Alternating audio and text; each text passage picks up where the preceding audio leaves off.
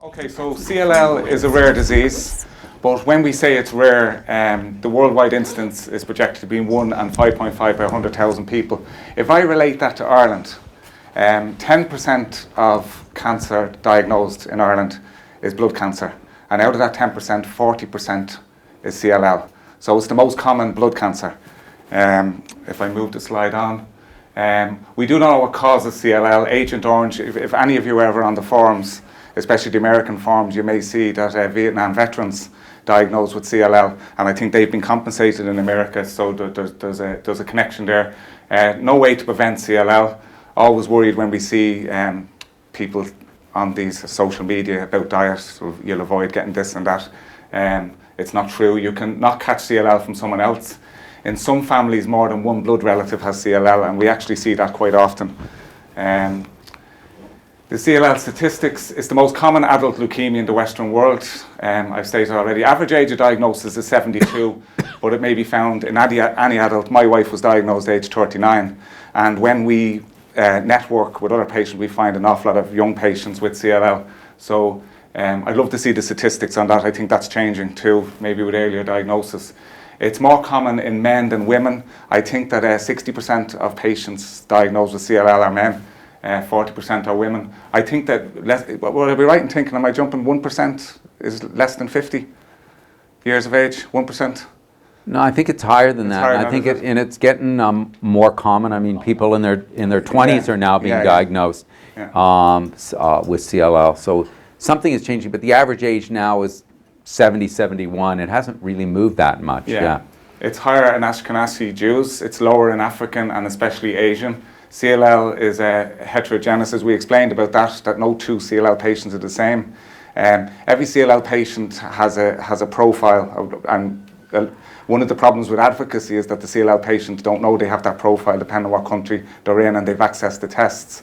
My wife, a CLL patient, she had 13q on her chromosomes, which was a good prognosis, but she also had trisomy 12, which made it a mediocre. So, but if you had two patients exactly like my wife Jan, the same age, the same profile and their chromosomes, their disease progression will run very different, and we see that, as Brian has said, no two CLL patients are the same. 20 to 25% of patients never need treatment, and a small percentage have very aggressive cancer that needs immediate treatment, and a big percentage in the middle that need treatment, and it's running all different courses. Okay, I don't particularly like this slide, but that we put it up, but it's showing survival of CLL patients between 2006 and 2012, that 82.6% of patients survive in 5 years. I suppose the concern when you look at that, and especially if we show this slide to our patient community, maybe newly diagnosed patients, they will see that the patient will always think that they're one of the 18%. So I always try and remind them that this is between 2006 and 2012, prior to the novel therapies, and that the new slide has not been developed yet to show, and that one is coming. Watch this space. Okay, so the B lymphocytes are damaged by CLL. They can weaken the immune system.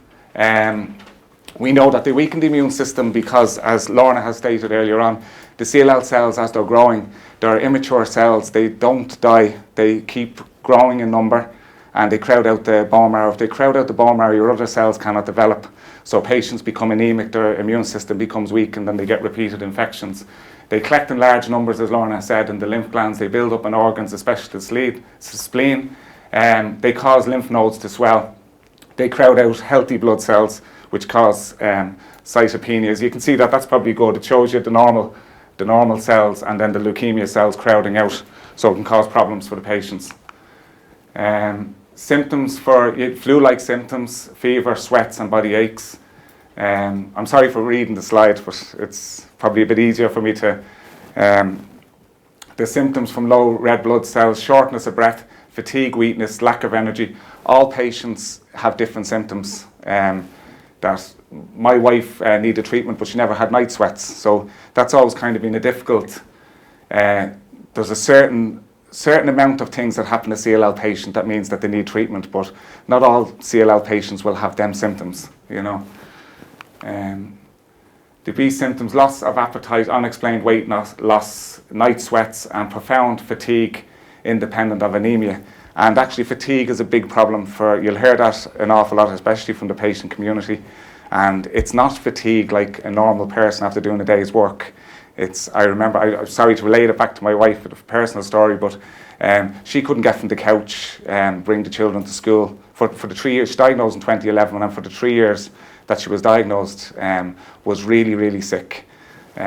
So it's a different type of fatigue and hard to describe.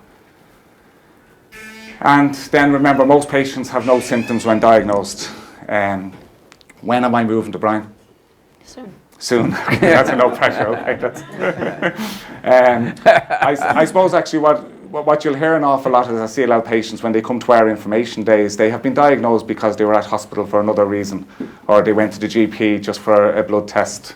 Or they're having they're having a hernia repair or something, and they go in, or they're having orthopedic surgery and they have a routine blood test, and they find out that they have a high lymphocyte count, and next thing they know they have cancer. They're going in to have a hernia repair, and now they got cancer. Yeah. And I suppose the psychological impact of having a cancer diagnosis and you're feeling well, and also in most countries there's no access to psychological care, when you're diagnosed.